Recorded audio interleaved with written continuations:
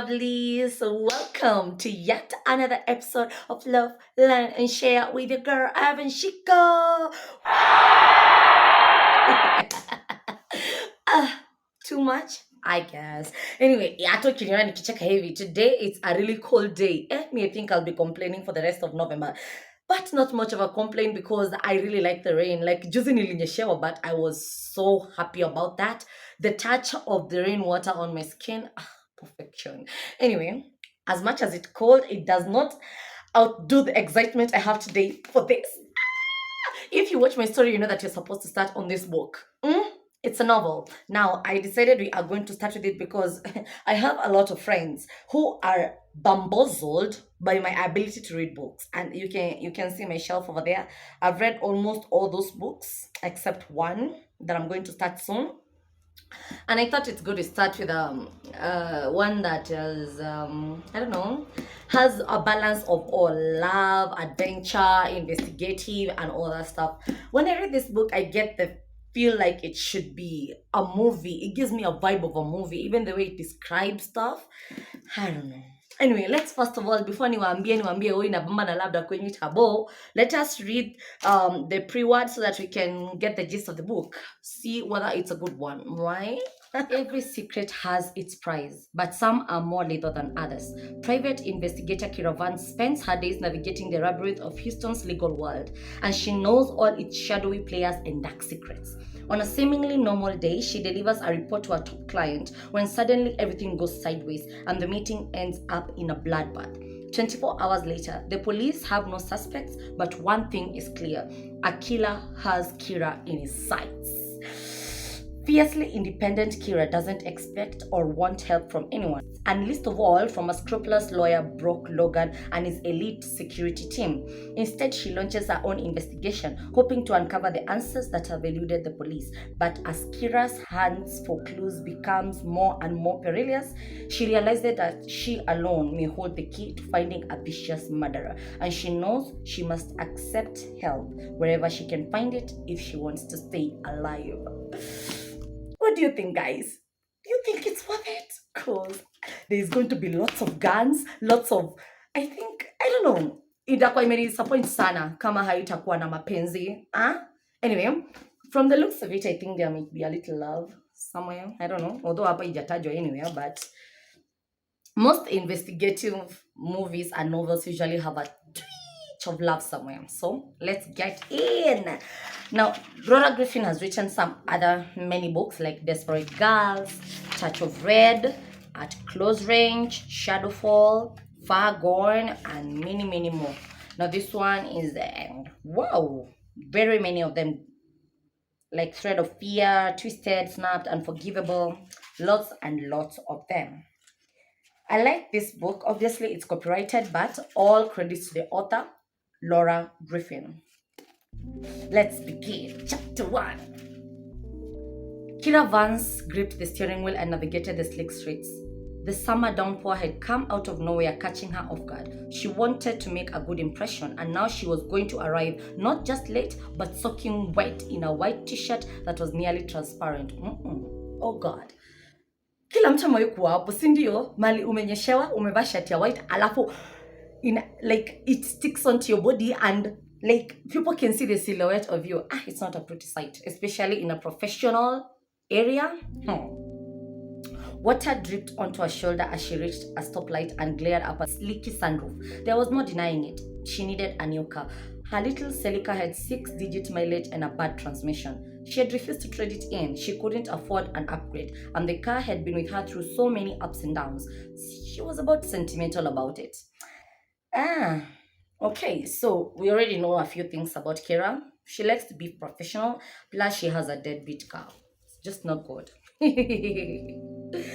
As she skidded away from the intersection, her car's engine warning sign light flashed on. Son of a bitch, she whispered. Alright, so she's on her way to go and meet her boss, right? Now, let's know a bit about her work, okay, or what she likes. Now, Kira's work was often a search for the truth, the good, the bad, and the ugly. She dug up facts and let the lawyers deal with them in court, or not. Sometimes her discoveries meant that a witness wouldn't be called to testify, or the convinced him would develop a new strategy. Sometimes her discoveries poked big fat holes in the cases of Azila's prosecutor. The truth cut both ways, and that is what she liked about it. So we already know that she is passionate about her job. One thing pissed her off: unpaid invoices. Ollie was 3 weeks behind on a big one, and she was the master of the dodge, which was one reason why she had decided to track him down in person tonight and deliver her news. Now, another thing, we have already seen who is the boss. Her boss is called Ollie, and she has not been paid for 3 weeks. Whose boss hasn't? Now, Kira reached the street that turned into River Oaks, where a stately houses sat far back on manicured lawns. Wow, that's a rich neighborhood. Cars lined up on both sides of the streets. Someone down the block was having a party, apparently too odd for a Tuesday. A red Jaguar glided up to the cab ahead, and a valet sprang out and sprinted past her. Alright, so where Ollie is apparently is a big ass poshy neighborhood. Alright. Kira spotted Ollie's no nonsense Ford parked, blah blah blah. So she has eventually arrived at the place where Ollie is. That Ollie is a boss. So ameenda kumwona, ameamua now sitakuwa nikikupatia message kwa simu ama tukiwa wawili. I want to see you face to face. Now, Kira had never set foot inside River Oaks home. This was it, Mount Logan, named for Brooke Logan, managing partner at the law firm that had hired Ollie to investigate its big cases. Kira had thought the name was a reference to Brooke Logan's oversized ego, but she now could see that she was a bit wrong, at least partially. The house was perched atop of a hill on a large corner lot, elevated above other mansions. Kira had never set foot inside this home, and her curiosity was mixed with professional ambition. Besides confronting Ollie, she was here to do some business development. It was high time for her to meet Ollie's big fish client, who had been keeping her in ramen noodles and Netflix these past 3 years. She had never met the man because Ollie liked her to stay behind the scenes, but now those days are over. Now, because it was a rainy day, her makeup was all bad, so she fixed it up, her mascara, her blah blah, throws on a blazer from the back of her truck, wears and is out. Now, the home sat on huge lots, and each seemed to have its own theme. To Logan's left was a Mississippi plantation with white topped columns. To his right, was a stuffy New England brick with steep roof, no doubt to accommodate Houston's frequent snowstorms. Snowstorms. Okay, now let's learn a bit about Brooke Logan. Brooke Logan is a lawyer. The lawyer is the one who has hired Ollie, who is the owner of the firm that has employed Kira. Kira is a PI who works for Ollie. And Ollie is currently working for a lawyer called Brooke Logan, who has hired him to do research or investigation about a case. So let's learn a bit about Brooke Logan. Brooke Logan had made a fortune defending wealthy people accused of serious crimes. The cases were high stakes, high pay, and Logan's current project was a prime example. A prominent heart surgeon accused of murdering his wife. That is the case they are working on. According to the prosecution's theory, a mild-mannered doctor was actually an abusive control freak. When his wife threatened to leave him, he killed her. So that is the case the prosecutors are putting out there. And Brooke Logan is the one who is supposed to make the doctor innocent. Let's see how the meeting will go. So that she opens the door, and Ollie definitely is amazed to see her there. Christ, what are you doing here? You coming from the courthouse? Get your ass in here. He took her elbow and pulled her inside. You could have called me, You didn't have to drive all the way here in the rain. I needed to talk to you. Oh yeah? I'm guessing you wanted to meet the big kahuna too, right? I'm here for my money, Ollie. I've got rent due and you've been dodging me. I was about to write you a check. Hey, I'm good for it. So what do you think of this place? Yeah, it's nice. Now, a bit working at the office, huh? We've got Hanan coming. Logan's outside on the phone. In this weather, covered patio. And a patio is like, what do I say? It's like a small structured roofing outside the house that when it's raining, it's kind of like a balcony, but with a roofing. Simple in layman's language. So Kira investigates the room, detective investigative unakwanga tu na haja kuangalia kila kitu nikawe ni. No, it's evident that Kira's house is pretty small because because of this. Listen, Kira stepped into the kitchen and stopped short, dazzled by the endless white countertops, sleek new appliances, and massive cooking island. In the breakfast room, financial news droned from a wall-mounted TV. She noted the long wooden table blanketed with files and legal pads. Logan and Ollie were already neck deep in trial prep. That has big ups. Jesus, you could cook for an army in here. Is he even married? Divorced. He made out better than I did though. Pays to be a lawyer. Want a beer? I'm good. Listen, we have a problem. One sec. So Ollie takes out a phone from his pocket and looks at the message. Then he mutters to himself. Then continues. What is it? Robert Park, the defendant's doctor friend. The golf alibi? What about him? I was at the courthouse and I dug up an old divorce. How old? 14 years? I didn't know Park had been married before. Yeah, I guess he forgot to mention it. The marriage only lasted 8 months. So what's the problem? In the filing, Park's ex-wife alleges infidelity along with mental and physical cruelty. She got a temporary restraining order against him. Ollie doesn't even change a bit. It's not going to look good if the defendant's alibi witness is guilty of spousal abuse. Undermines his credibility, Ollie, are you listening to me? Oh, we're dealing with something bigger right now. Bigger than your alibis? Witness being a wife buttering that back? Well, if this pans out, Park won't matter. If what pans out?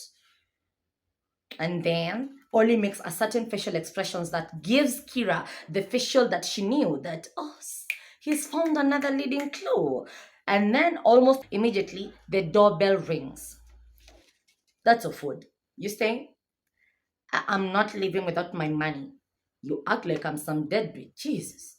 Okay, so he goes to open the door. And then just as he goes to open the door, Logan from the patio enters through the back door. Most kitchens have a back door. So enters through the back door. And then he finds Kira. So, you must be Kira. Yeah, that's me. So Brock smiles. And then she remembers, like, she has heard a lot about him, that he's a player and stuff. And now meeting him face to face, she can see why. So, and then almost immediately, there's a crash from the front door that Ollie went to open. Ollie? And then she rushed the foyer. Foyer is that, like, ako kapati kadogo kamlango. Just in layman's language. So, rushed the foyer and found him sprawled on his back, clutching his chest, a puddle of beer and glass beside him. Kira dropped to her knees. Did he have a heart attack or a stroke? Blood seeped between his fingers and Kira's breath caught. Ollie, oh my God. Something moved in her peripheral vision. She swiveled around just in time to see a dark figure sprinting through the dining room. Hey! Logan, who had been following behind her, bolted back into the kitchen to intercept the intruder. Now blood trickled from Ollie's mouth, his eyes wide with shock as he pushed his phone into her hand. The device was slick with blood and it clattered to the floor before she managed to pick it up and call 911. A crash in the kitchen, then a sharp yelp, followed by two low sucking sounds that Kira recognized instantly. Shots. But the gun had a silencer. A vase shattered nearby. Something stung her in the cheek. She scrambled to the living room, ducking behind the sofa and smacking her forehead on an near-end table. The intruder was shooting at her. Another crash came from the kitchen and Kira's heart scattered. Was that Logan? Was it the gunman? She tried to think. The phone glowed in her hand. She realized that the call had connected. You remember she's calling 911? She muted the volume with her thumb and ducked low, trying not to make a sound. Where was the shooter? Inching towards the sofa, she peered around it. She could see Ollie in the foyer. He was not moving. Kira crawled back to him, hoping that he'd stay quiet. His face was slack and ashen. She stripped off her blazer and pressed it against the crimson stain on his chest.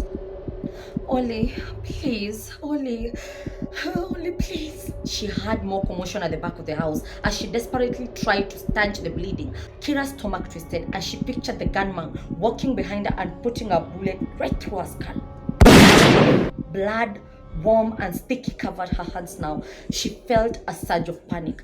This couldn't be happening. This can't be happening. She checked the phone again, hoping that they were tracing the call. The line was still open, but she had it on mute. If the shooter was nearby, she didn't want to draw him in there. Ollie, come on, please. Open your eyes, Ollie, please. Open your eyes, open your eyes. He wasn't moving. He wasn't blinking. He wasn't making a sound. The rest of the house had gone quiet too. She prayed the shooter wouldn't come back. Had he fled out the back door? Was he in another wing of the house? Where the hell was Logan? She pictured him dead in the kitchen. Her blood turned cold. Everything was quiet. Too quiet. The only sound was the frantic pounding of her own heart. Don't be dead. Don't be dead. Don't be dead. Don't be dead. The quiet ended with an ear-splitting shriek. Now, what shriek is that? Guess so. Almost eventually, after all this drama happens, Ollie is lying on the foyer. The other man we don't know whether he's dead or not. By the way, we don't know. Then there's a shriek of police cars. They have eventually arrived. Remember, her phone was on 911, despite the fact that she was not talking, but they can trace the call, right? So Charlotte Spears pulled up to the cab and surveyed the action. Charlotte Spears? Who is this? Charlotte studied the house. The sidewalk leading to the front door had been cordoned off with yellow crime scene tape. Today was really not her day. She paused beside a cement lions and noted the open French door on the far end of the courtyard. Ken Fan stood in the doorway talking to another uniform. Okay, so maybe her luck was changing. She liked working with Fan. So Charlotte Spears is a detective, and by now police are all over. Okay, just imagine this scene that you always see in movies. I've never been in a real crime scene before, at least not a real one. But from when you see in the movie, just imagine when the police are there and then the detective, after the police officers are there and everything has started, and then she just comes and finds a uniformed officer called Ken Fan. She liked him. He had an eye for detail and didn't have a problem with female authority figures. He waved her over. Welcome back, detective. Welcome back, detective. How was your break? Too short. So, what have we got here? Let me be like, so, what have we got here? So shooter rang the bell. Then guy who answered it took it to the chest point blank range. Smells like a fraternity party in here.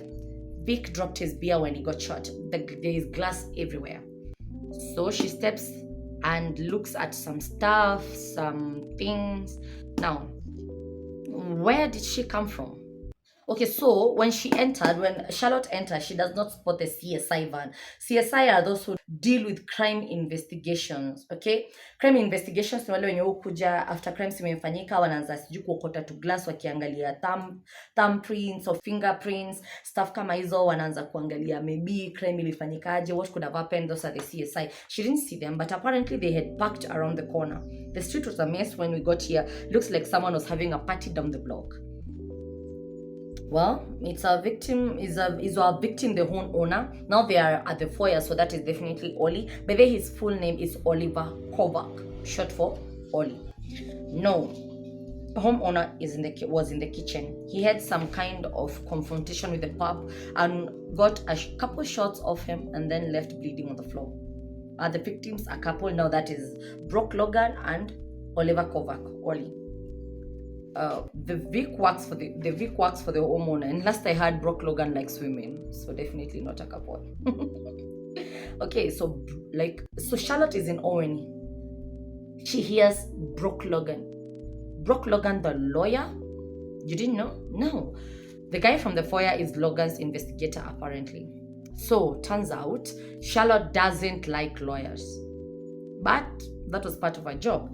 So Pan leads her through the dining room and into the kitchen where Kira had been that morning, right? And then most of the room had been taped off, including another bloody patch of the floor nearing the granite cooking stand, probably where Brock had hit his head or something. Now, Logan went down here. Now he points, went down here. After the shooter fled out the back, Logan managed to get up and set off the alarm. So, what's the status on him? Both Vicks were transported to Herman Hospital. I don't have an update. Get one.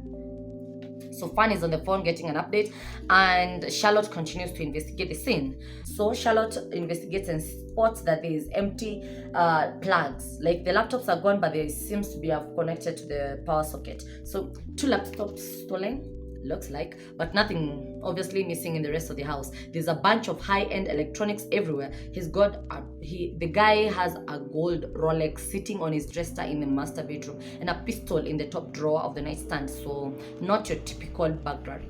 Charlotte didn't like the sound of that. There's a partial footprint on the FedEx envelope on the floor there. Make sure the techs see it. I did. This guy just rings the bell, shoots Logan's PI, comes in here, shoots Logan, then helps himself to some computers. Why did the PI open the door in the first place? Witness said they were expecting a food delivery. What witness? There was a girl here too.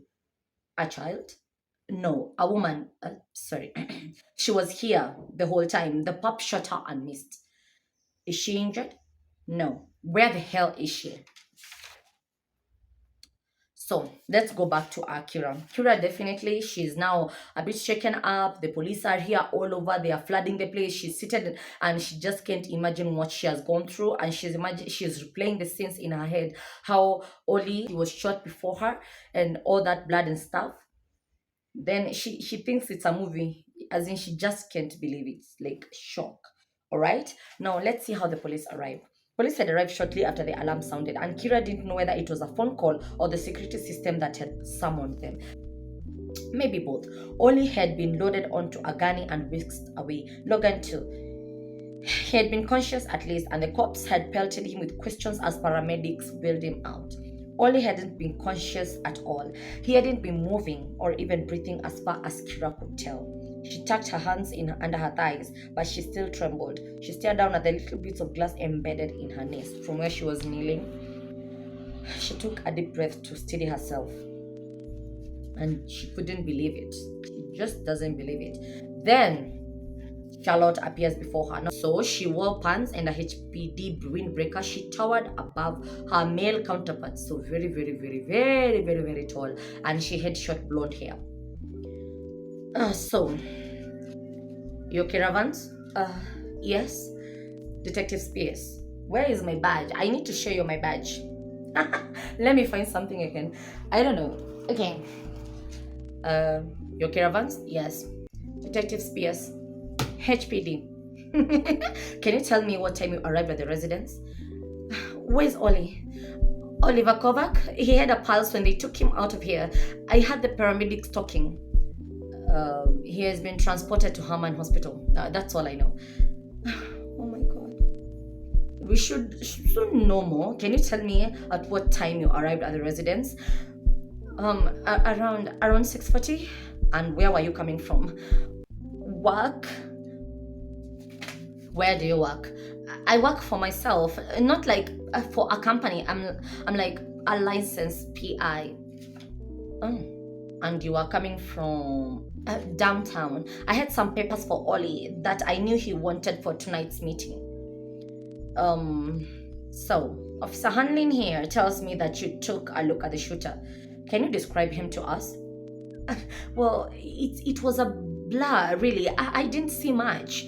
Was he white? Was he black? Tall or short? I don't know. I don't know. Did you get a look at his clothing? Well, he wore a gray sweatshirt and he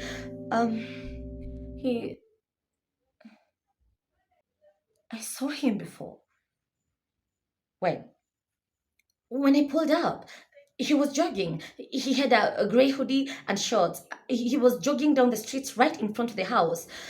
I had a fleeting thought about how it takes such discipline to be jogging in the rain like that, but maybe I don't know. I don't know. You think he was kissing the house? Um, uh-huh. What else do you remember? Um, He was white, Caucasian, but tan. He was tall and he was wearing these tinted glasses, amber colored, which was odd now that I think about it, given the weather. I didn't notice his hair because of the hoodie. Officer Hanlin came back and looked at Kira as he handed her a bottle of water. She twisted the cup and took a big gulp. Well, Hanlin and Charlotte went aside, and then another cop came and talked to them. Duo, now they are like three standing together, and all that Kira had was Kovac and hospital. She held her breath as the detective stepped over. Uh, Miss Vance, we just got news about your friend. One look at her eyes, and Kira knew. I want us to stop on that note. One look in her eyes, and Kira knew. What do you think she knew? We have news about your friend. That is Ollie. Guys, do you think Ollie, what news could they have about Ollie? Stay tuned for the next one and you will know what happened. That's it for today, guys. Stay tuned and I will look forward to another episode of this. Bye, guys. Love you.